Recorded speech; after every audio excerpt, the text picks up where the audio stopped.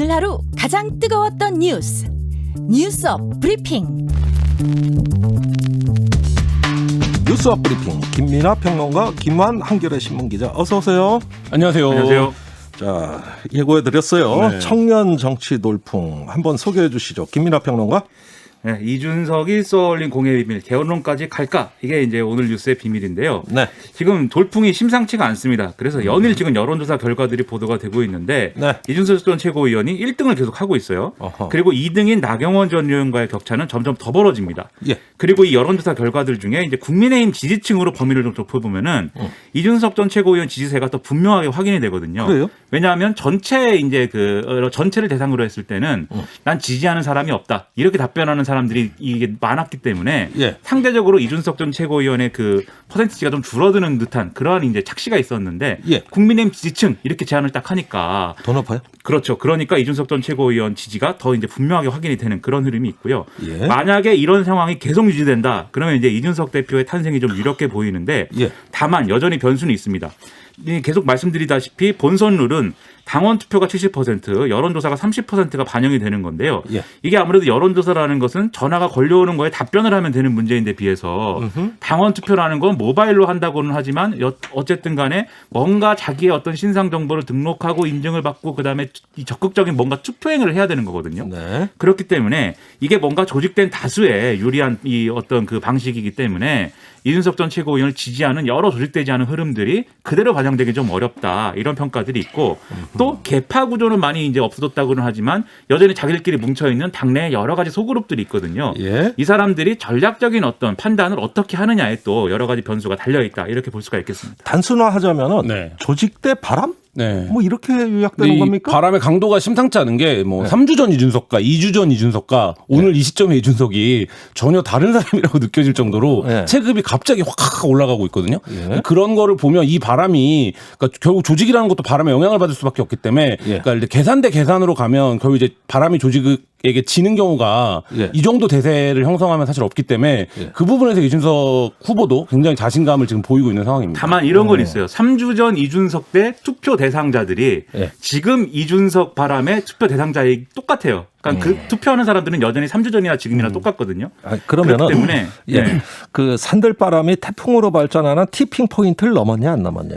그러니까 어떻게 바람은 보세요? 강해졌는데 예. 여전히 그 이준석 전 최고에게 투표를 해야 될 사람들은 그대로다. 그러니까 새롭게 그 바람을 타고 뭐 이렇게 투표해야 되는 사람들이 유입되거나 그러는 게 아니다라는 거죠. 그래서 100% 여론조사가 아니기 때문에. 그렇죠. 예. 그렇기 때문에 이 투표해야 되는 사람들이 이 바람이 이렇게 거센데도 내가 이준석 전 최고위원에게 투표를 안 해야 될까? 해야 될까? 이 판단을 어떻게 하느냐가 이제 관건이라는 거죠. 그 바람을 네. 타고 직접적으로 바람이 국민의힘 속으로 들어가는 게 아니라. 아, 그래요?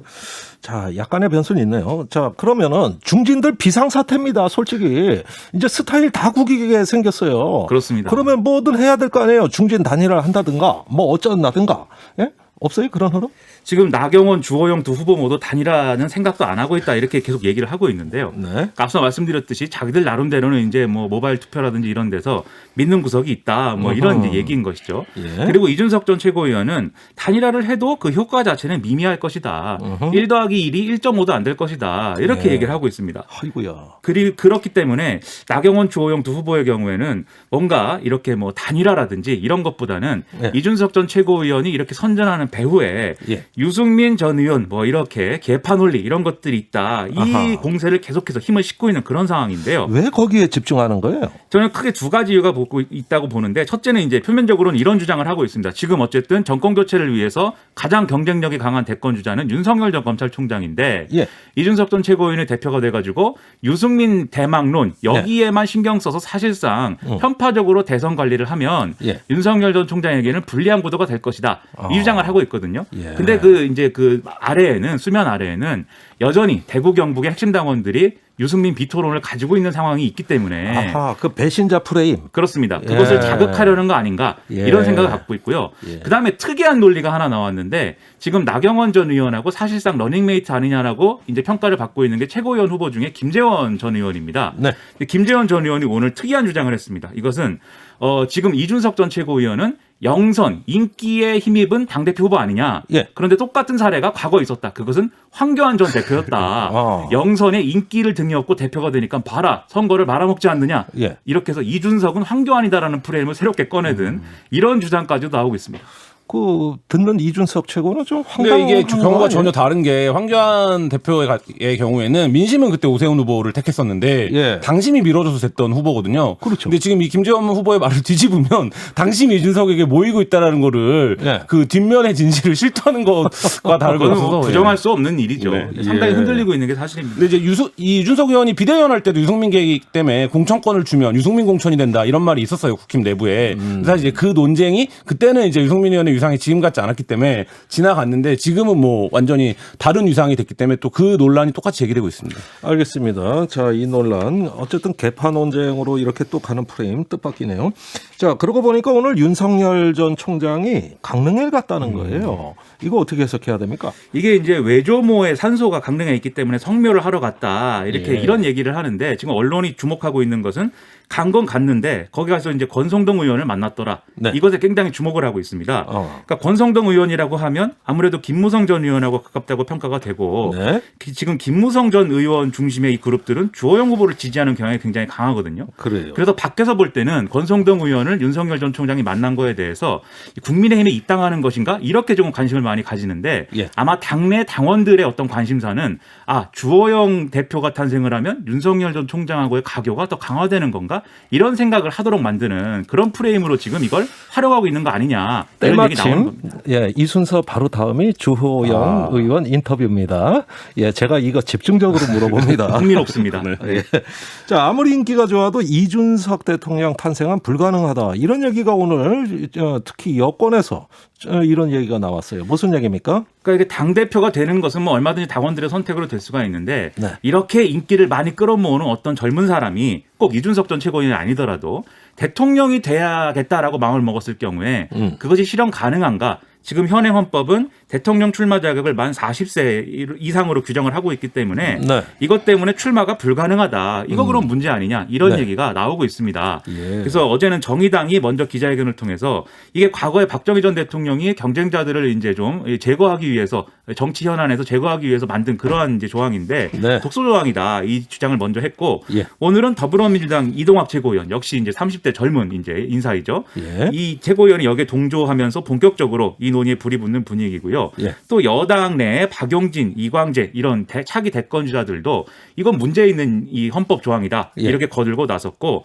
또 야당 중에서도 이렇게 좀 이 조항은 고쳐져야 된다라고 주장을 하는 동조하는 흐름이 꽤 이제 나오고 있는 그런 상황입니다. 네. 그래서 이게 이 논의가 개헌론으로 이제 불이 옮겨 붙으면 사실은 좀 그렇죠. 우리로서는 이준석 전 최고가 불러일으킨 바람이 정치의 일반적인 변화를 추동할 수 있는 예. 그러한 기회가 될 수도 있다. 이런 기대를 가져볼 만한데 아시다시피 개헌론이라는 게 논의가 시작이 되면 모든 이슈를 빨아들이는 블랙홀이 돼서 논의만 무성하고 실제로 되지 않는 그림들이 많아지지 않습니까? 네. 그러다 보니까 좀 이게 될까? 이런 의문은 좀 들고요. 근데 저는 오늘 여러 놀라운 분들- 게 여러 가지 지금까지 개헌 뭐 원포인트인지 아니면 여러 차례 개헌 논의가 있었는데 사실 현실감 있게 느껴진 적이 없었는데 왜냐면 말씀하신 대로 워낙 개헌 논의가 복잡한 것이기 때문에 예. 이준석 바람이 예. 개헌까지 가는 영향을 미치려고 하는 걸 닿으려고 하는 걸 보면서 이게 세긴 세졌다 예. 이런 느낌 체감적으로 확 들더라고요. 세상 오래 살고 볼 일이네요. 내가 오래 살고 볼 일이에요. 이게 지금 국민의힘 당대표 이준석 얘기하고 있는데 여권에서 이준석 대통령 얘기가 나면 내가 정치를 이거 눈으로 보고도 이거 믿어야 되는지 말아야 되는지 이게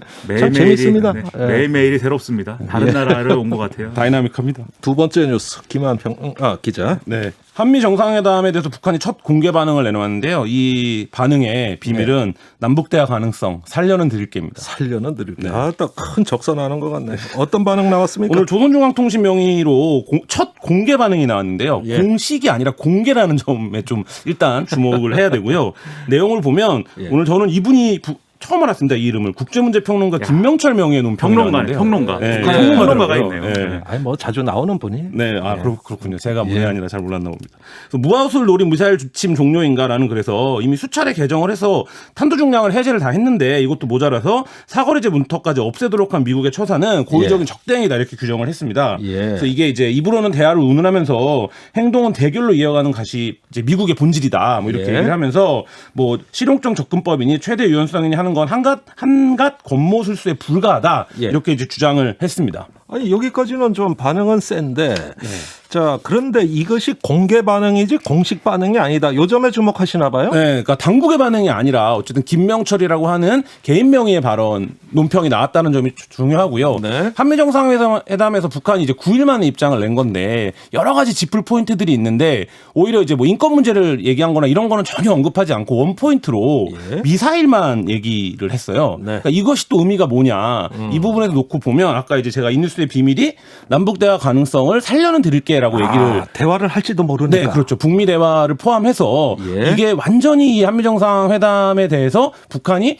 적대시하거나 혹은 이거를 뭐 임전부투의 각오로 맞서겠다 이런 건 아니라 일단 뭔가 좀 여지와 경로를 열어두고 있는 그 형식 논리가 아니냐 이런 이제 평가가 나오고 있습니다. 근데 그런 측면도 있는데요. 제가 볼 때는 좀 명분의 문제도 있는 것 같습니다. 예를 들면 미사일의 탄두 중량과 사거리의 제한을 우리가 이제 해제를 하는데 성공한 것인데, 네. 근데 미사일의 그러한 측면에 있어서는 북한도 사실은 미사일에 대해서는 상당히 자유롭게 마구 쏘고 싶은 마음이 있지 않습니까? 예. 화가 날 때마다 버튼을 그래서 누르고 다 싶은. 준비해놨어요 북한도. 그렇죠. 네. 그런 마음이 있는데 사실은 이게 명분의 문제로 보면 본인들은 이렇게 자신들은 마구 미사일을 쏠 수 있는 그런 환경을 선호하면서 예. 남한에 대해서는 너희들은 미국의 제한을 그대로 유지해야 된다라고 그냥 또 공식적인 입장으로 얘기하기는 어려운 부분이 사실 있지 않겠습니까? 예, 북한도 갖고 있는데 남한은 못 갖고 있지라는 말이 말이 안 된다. 그렇죠. 그것도 더군다나 자신들이 제국주의의 어떤 심장부라고 하는 미국에 대해서 이제 미국의 예. 그런 제한을 적용받아야 된다라고 얘기하는 게 예. 명분이 사실은 없는 얘기죠. 그러다 보니까 이걸 어떤 공식 당부나 뭐 공식 기관의 명이라기보다는 예. 이런 얘기도 있다. 국제문제 평론가께서 이런 말씀했다.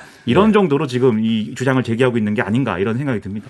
자 공개 반응으로 이해하겠습니다. 그런데 최근에 우리가 공개한 미사일이 탄두 중량이 2톤이에요.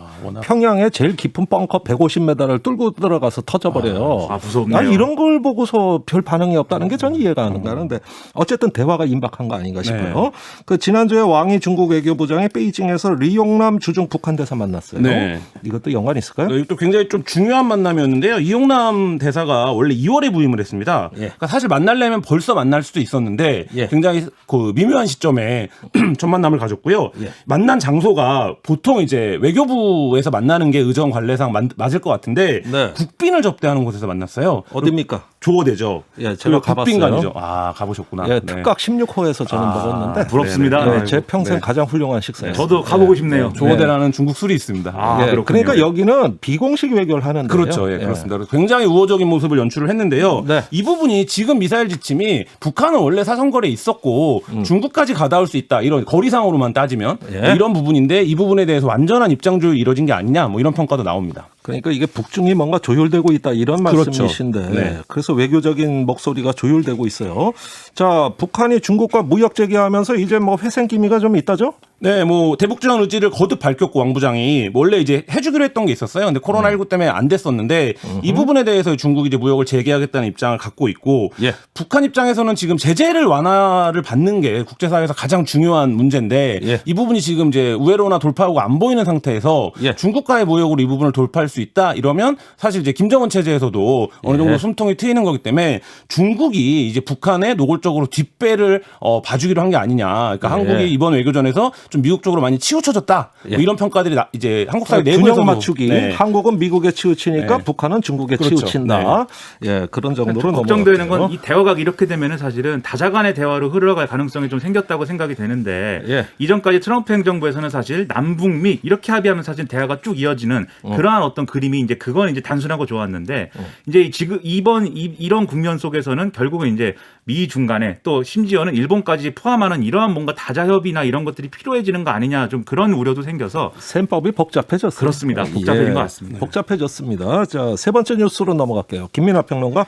도쿄 올림픽 뉴스의 비밀인데요. 반일 감정과 방역 사이에 어디로 가는 것인가 상당히 좀 이것도 고민이 됩니다. 딜레마네. 예. 자, 보이콧 주장 나오고 있어요. 그렇습니다. 일본 도쿄올림픽 조직위가 공식 홈페이지 지도에 독도를 이제 그려 넣으면서 이게 마치 일본 영토인 것처럼 표시를 했다는 건데요. 우리가 항의를 해서 이거 지운 줄 알았는데 예. 지운 척하고 점을 찍어놨습니다. 거기에다가 그래가지고 이게 들켜가지고 문제가 되고 있는데 예. 우리가 항의를 하니까 IOC의 경우에는 일본에 물어봐라 이런 태도를 보이고 있고 예. 일본 정부는 이건 뭐 수정할 수가 없다 이렇게 얘기를 하고 있는데 예. 정세균 전 총리라든가 이낙연 전 대표 등이 나서서 지금 이렇게 나오면 우리는 올림픽 불참까지 검토해야 되는 상황이다. 있다. 이렇게 주장을 하고 있습니다. 뭐 올림픽 자체가 무산될지 모르는데 또 이런 얘기까지 겹치니까 점점 더 꼬인다는 생각이 들어요. 과거에 뭐 비슷한 일이 있었어요? 사실 더불어민주당이 오늘 논평을 냈는데 2018년 평창 동계올림픽 당시에 한반도기에 독도가 들어간 걸 두고 일본 정부가 항의를 해서 우리는 독도 표시 삭제를 하지 않았느냐. 네. 그때 IOC가 이 권고도 했다. 표시를 삭제하라고. 근데 이번에는 왜 IOC가 이렇게 손 놓고 있느냐. 이런 것들을 비판을 했는데요. 지금 이것과 더불어 또 하나의 문제가 일본이 쿠릴 열도라든지 그다음에 센카쿠 열도, 다오이다오 이 부분도 이 지도에 표기를 해놨기 때문에 우리만 지금 사정거리에 넣은 게 아니라 자기들의 분쟁 지역화되어 있는 모든 지역을 다 이 지도에 넣어가지고 상당히 이기적인 태도이다 이렇게 생각이 됩니다. 아무래도 올림픽이 취소되려나 봅니다. 예, 그러니까 저렇게 막 나가는 거 근데 아니겠어요? 문제는 이게 이 취소의 이제 그 근거가 방역 문제로 인해서 우리가 불안하기 때문에 예를 들면 선수단을 보낼 수 없다. 이렇게 얘기를 하면 사실 일본 국내 여론과도 좀 악의가 맞는 부분이 있는데 그렇군요. 이런 어떤 영토 분쟁 문제 이런 걸 거론할 경우에 일본 내 극우 세력이 오히려 이거를 예로 들면서 이 도쿄올림픽 취소론이라는 것은 해외의 이런 사실은 반일 감정에 굴복하는 거 아니냐 이렇게 나올 가능성도 있거든요. 네, 우리 정부 그래서 입장에서 사실은 보이네요. 중심을 잘 잡아야 될 것 같아요. 알겠습니다. 자, 과거에 평창올림픽 때 독도 지은 거 북한이 우리한테 한번 항의한 적이 있습니다. 뉴스 브리핑은 여기까지입니다. 두 분 수고 많았어요. 고맙습니다. 감사합니다.